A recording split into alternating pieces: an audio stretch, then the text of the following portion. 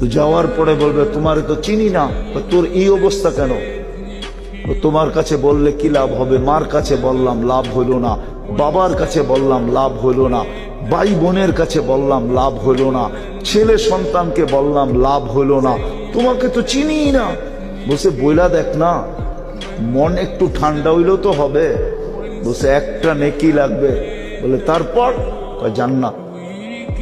তো জ্যাবের টিকা বাইর করে কইব ল এক নেকি, ল যা, এক নেকির লিগে চেহারা এই অবস্থা। তো তো নেকি পাবে না যে আকাশের চাঁদ বললেও কম হবে, খুশিতে আটখানা হয়ে যাবে, ছুটতে ছুটতে আল্লাহর কাছে যাবে, যা বলবে আমার ফাইলটা বাইর করেন। আল্লাহ বলবে কেন এত তারা কেন? আপনারা নেকি আনতে কইলেন, নেকি তো লইছি, ফাইলটা বাইর করেন। কেননা পাস করলে বাপ চেঞ্জ হয়ে যায় না, পাস করতে দেরি, বাপ চেঞ্জ হইতে দেরি হয় না, ঠিক না?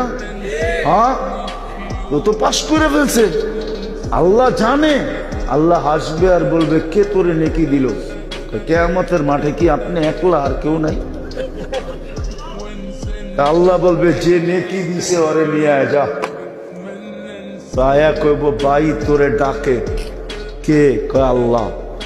এতক্ষণই তো বালা আসিলাম, নেকি দেই না, দূরে দাঁড়ায় আসিলাম, নেকিও দিলাম, বিপদও পড়লাম, এখন তো সামনে যেয়ে দাঁড়াইতে হইল, আমার কাছে তো আর কিচ্ছু নাই, তোর একটা ছিল, তোরই তো দিয়ে দিলাম।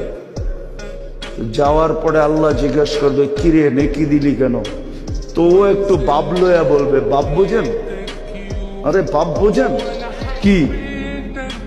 একটু অহংকার লয়া বলবে দিমু না তো কি করবো, আমার তো আসেই একটা, আমার কি কামে লাগবো, এর লিগে ওরে দিয়া দিলাম, ওর কামে লাগাইয়া দিলাম, নষ্ট করে লাভ কি?